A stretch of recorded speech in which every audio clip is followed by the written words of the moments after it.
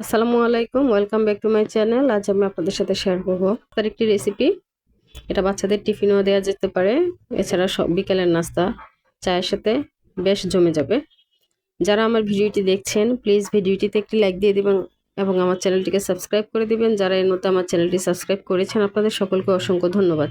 আমি রুম টেম্পারেচারে 2টো ডিম নিয়েছি। এর মধ্যে দিয়ে দিচ্ছি 1 কাপ চিনি। এখন আমি চিনি এবং ডিমের মিশ্রণটাকে খুব ভালো মতো মিশিয়ে নিব। চিনিটা গলে যাওয়া পর্যন্ত ডিমের সাথে এটাকে আমি ফেটে নিচ্ছি।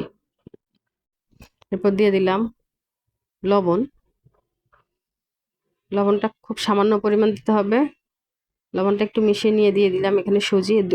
এখানে 2টো ডিমের সাথে 100 গ্রাম সুজির মতো লাগবে। তবে ডিমের সাইজ ছোট বড় হলে কিছুটা কম বেশি হতে পারে।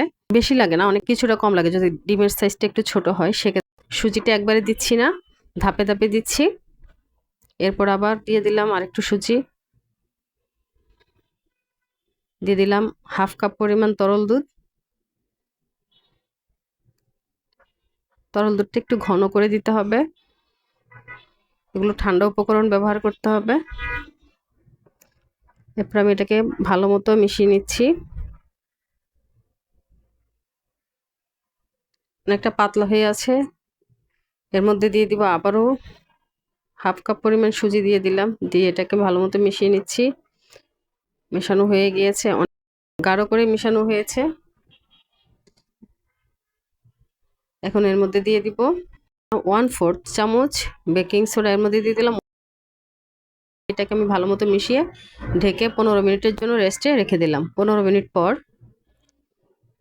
দেখুন এটা এখন অনেকটা গাঢ় হয়ে গিয়েছে। রেস্টে রাখার পর এটা আরো গাঢ় হয়ে যাবে। আমি একটা পাইপিং ব্যাগে মিশ্রণটা কিছুটা ঢেলে নিচ্ছি।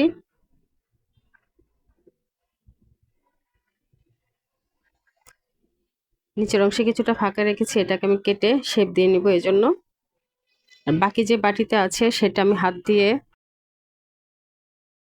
সেটা বলের শেপে দিয়ে দিচ্ছি। এখানে যে শেপটা দিচ্ছি এটা প্রায় দ্বিগুণ হয়ে যাবে। আর চুলার তেলটার দিকে খেয়াল করে দেখেন, এখানে চুলার আঁচটা একেবারেই মিডিয়াম থেকে কম রাখতে হবে। একটু আঁচ বেশি হলেই কিন্তু বড়াটা পুড়ে যাবে। চুলার আঁচটা একদম কম রেখেই হচ্ছে আমাদেরকে এই সুজির বড়াগুলো ভেজে নিতে হবে। পাইপিং ব্যাগে যেটা দিয়েছিলাম সেটাকে আমি আলাদা শেপে দিয়ে দিচ্ছি, একটু অনেকটা ডোনাটের শেপের মতো করে দেওয়ার চেষ্টা করছি।